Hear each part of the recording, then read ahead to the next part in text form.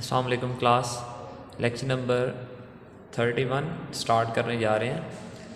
Last class के अंदर हमारा जो टॉपिक कंटिन्यू था वो था काई स्क्वायर टेस्ट ऑफ इंडिपेंडेंस, ठीक है, जिसके मैंने आपको कोई जनरल प्रोसीजर जो था उसको डिस्कस किया और साथ में उसका एक क्वेश्चन हमने किया था, ठीक है। आज हम उसका नेक्स्ट क्वेश्चन करने लगे हैं।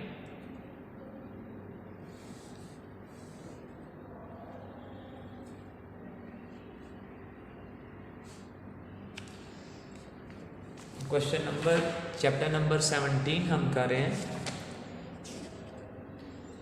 Chapter number 17.41, chapter number 17 question number 17.41 उसका बी पार्ट करने जा रहे हैं।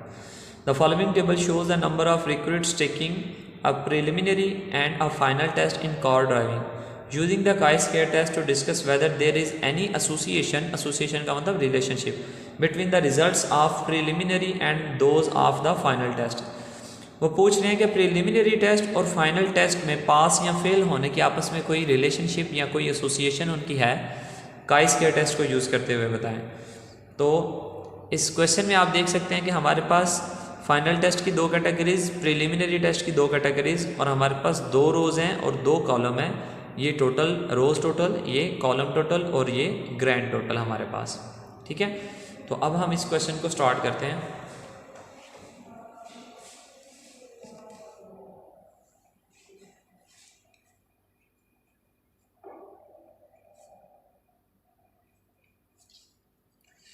पहला स्टेप हमारे पास क्या होता है, नल हाइपोथेसिस लिखना। वो हम क्या लिखेंगे, there is no association between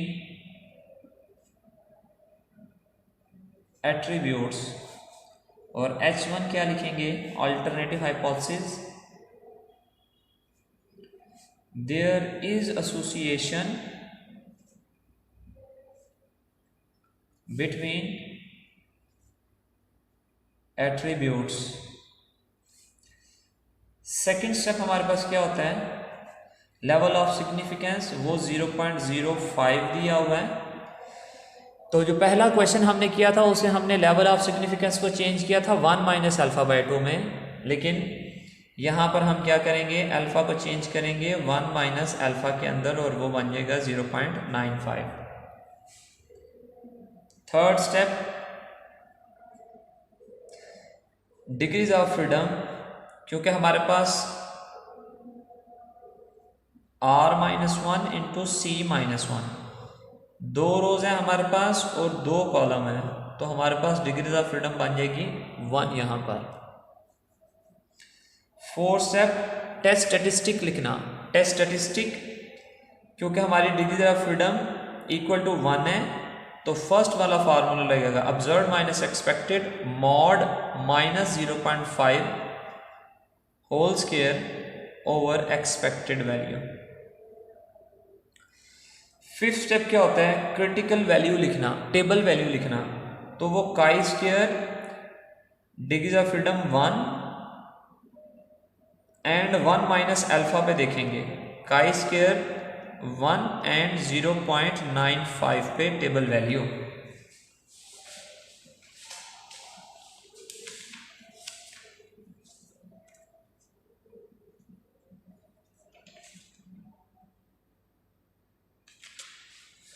हमारे पास टेबल वैल्यू है जी 3.84।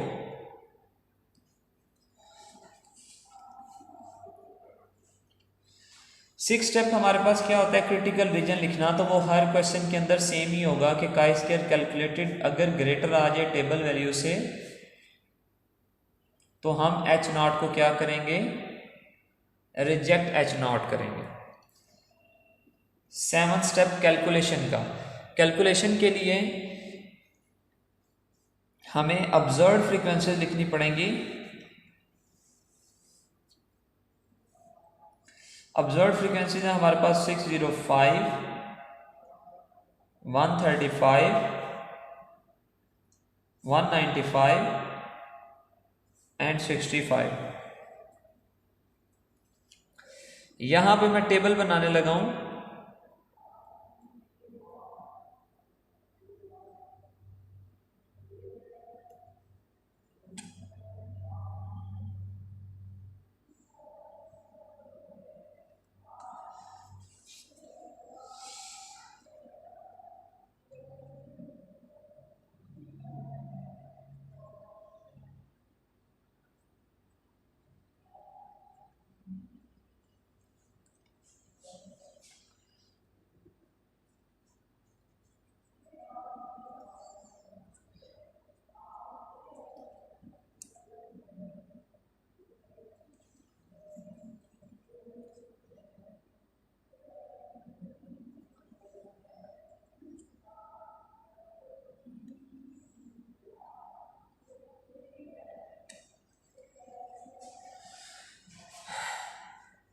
यहाँ पे क्या होगा, रो टोटल। यहाँ पे क्या होगा, कॉलम टोटल। और यहाँ पे क्या होगा, ग्रैंड टोटल, जो कि हमारे पास 1000 है।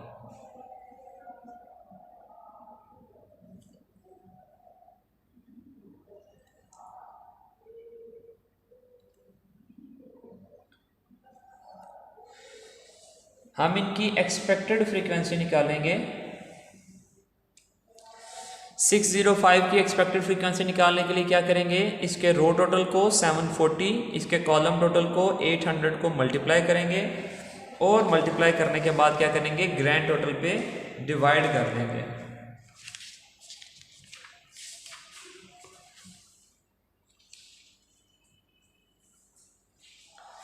तो हमारे पास इसका आ जाएगा जी 592।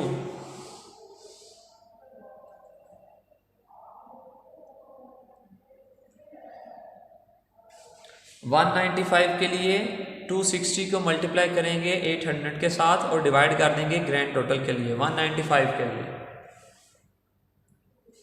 तो 195 के सामने लिख देते हैं 208। 135 के लिए 740 को मल्टीप्लाई करेंगे 200 के साथ और डिवाइड कर देंगे ग्रैंड टोटल पे।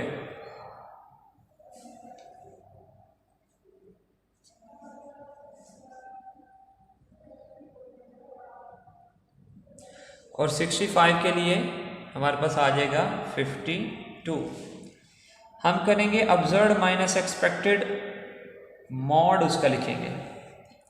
इस मॉड की वजह से क्या होगा, वैल्यू माइनस करने से जो डिफरेंस लेने से जो माइनस में आएगी उसको प्लस में लिखना है आपने, उसको माइनस में नहीं लिखना। 605 माइनस 592 13, 135 माइनस 148,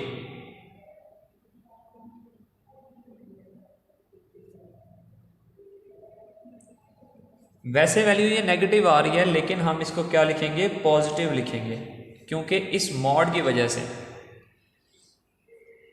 195 में से 208 माइनस करेंगे तो ये भी 13 और ये भी 13। जब हमारे पास ये टर्म बन गई है मॉड वाली, इसमें से माइनस क्या करेंगे 0.5 और उसको स्केयर कर लेंगे।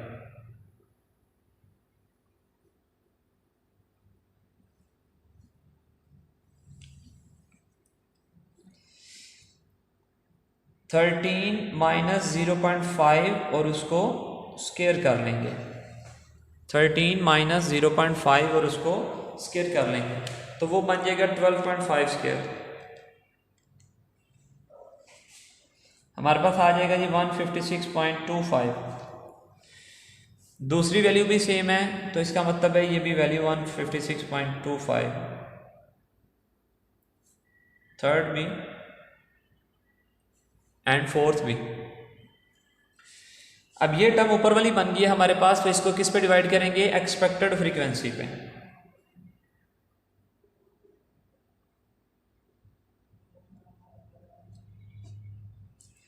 इसको हम ऐड करेंगे तो हमारे पास कैलकुलेटेड वैल्यू आ जाएगी 156.25 डिवाइडेड बाय 592।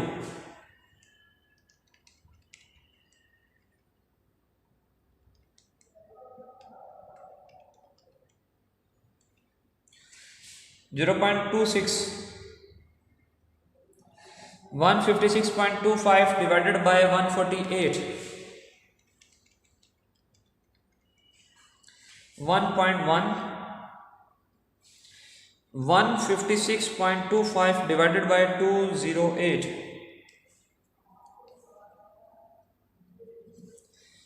156.25 divided by 52, 3.005।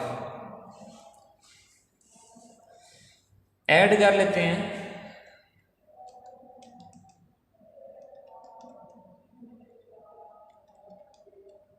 5.11, ये हमारे पास क्या बन गई? ऐड करने से ये क्या बन गई? हमारे पास काई स्क्वायर कैलकुलेटेड वैल्यू बन गई। तो हम 8वां स्टेप कंक्लूजन लिखते हैं। काई स्क्वायर कैलकुलेटेड वैल्यू 5.11 ग्रेटर है 3.84 से, सो वी रिजेक्ट H0। अगर टेबल वैल्यू से ग्रेटर होगी तो हम H0 को क्या करेंगे? रिजेक्ट करेंगे। ये आपके पास फर्स्ट क्वेश्चन आज के लेक्चर का।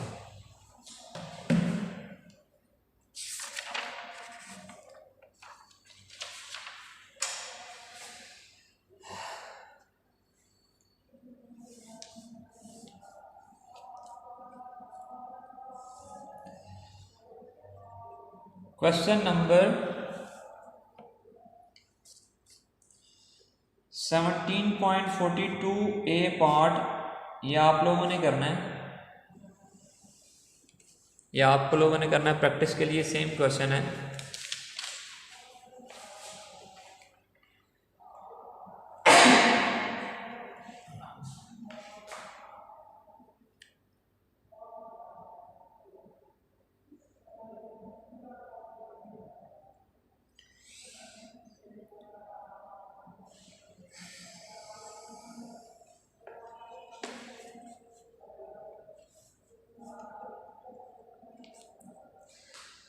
क्वेश्चन नंबर करने लगा हूं 17.45।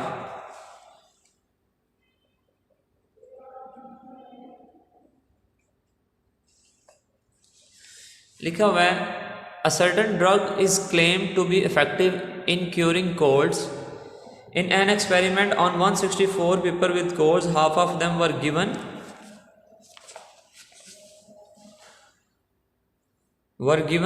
the drug and half of them were given sugar pills. The patient's reactions to the treatment are recorded in the following table. Test the hypothesis that the drug is no better than sugar pills for curing colds. ठीक है, तो यहाँ पे हमारे पास drug basically medicine को बोला जाता है। ठीक है, और इस क्वेश्चन को स्टार्ट करते हैं।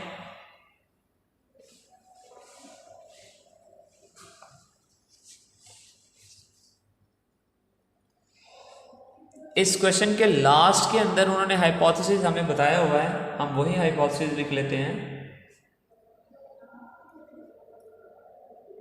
The drug is no better than sugar pills, और H1 क्या लिखेंगे? The drug is better than sugar pills। Second step हमारे पास क्या होता है? लेवल ऑफ सिग्निफिकेंस लिखना, अल्फा 0.05, तो इसको क्या करेंगे? 1 माइनस अल्फा में चेंज करेंगे।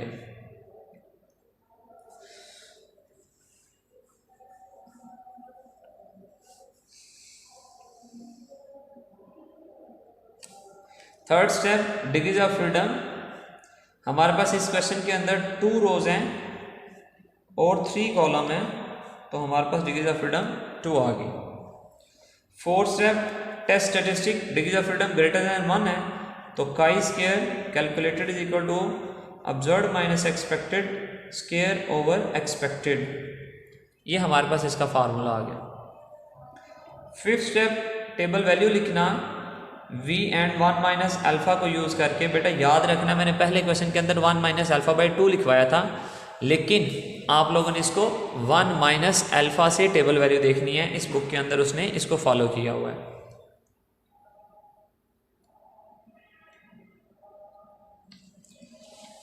हमारे पास टेबल वैल्यू है जी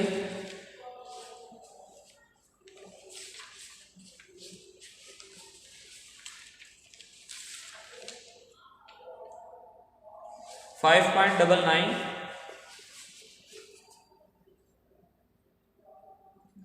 सिक्स स्टेप क्या होता है, क्रिटिकल रीजन लिखना। वो हमारा सेम ही रहेगा कि if chi square calculated is greater than table value then reject H naught. Seven step क्या होता है, कैलकुलेशन का। कैलकुलेशन करने के लिए हमें पहले टेबल बनाना पड़ेगा।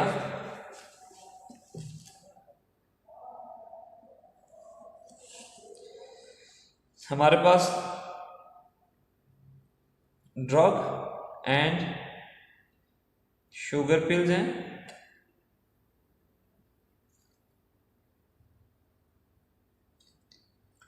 यहां पे हमारे पास हेल्प,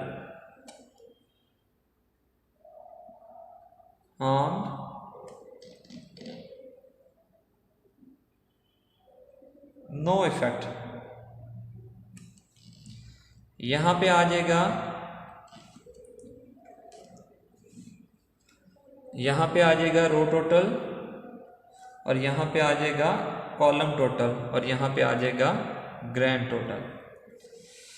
तो हमारे पास वैल्यूज हैं जी 52, 44, 10, 20, 12, 26,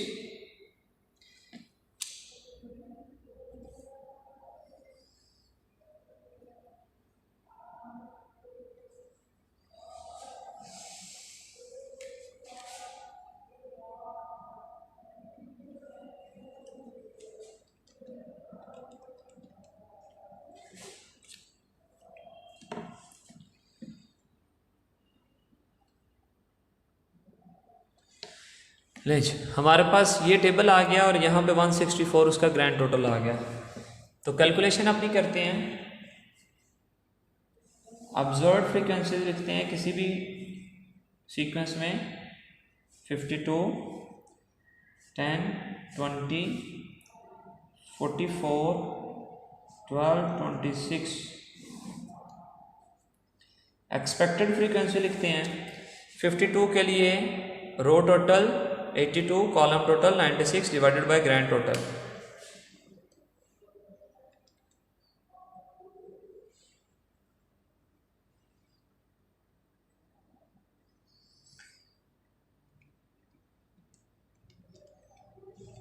यहां पे आ गया 48।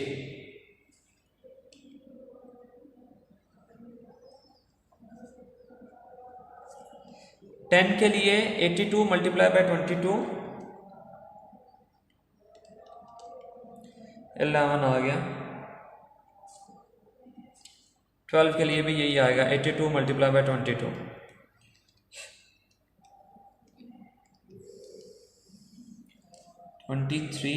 एंड 23। यहाँ पे हम क्या करेंगे, ऑब्जर्व्ड माइनस एक्सपेक्टेड और उसको स्क्वायर कर लेंगे। 52 माइनस 48 स्क्वायर 16 आ गया। यहाँ पे 1 आ जाएगा, यहाँ पे 9, यहाँ पे 16, 1 एंड 9। फिर इस स्क्वायर टर्म को क्या करेंगे, एक्सपेक्टेड पे डिवाइड कर देंगे। तो हमारे पास यहाँ पे क्या आ जाएगा, sum of observed minus expected square over expected that is equal to chi square calculated value. 16 को डिवाइड कर दिया 48 पे 0.33, यहाँ पे भी 1 डिवाइडेड बाय 11 किया,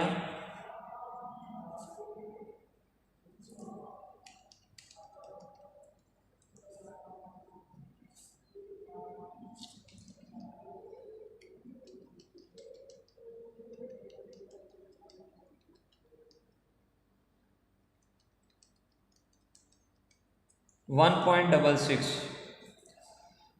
तो कंक्लूजन क्या होगा?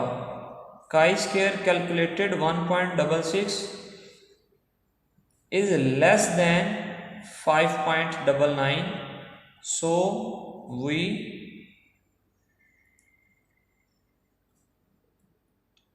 do not reject H not. अगर वैल्यू ग्रेटर आ जाए तो हम उसको रिजेक्ट करते हैं H नॉट को। अब क्योंकि हमारी वैल्यू लेस आ गई है तो अब हम उसको do not reject H not करेंगे, यानी कि हम उसको एक्सेप्ट कर सकते हैं। ये थे बेटा क्वेश्चन।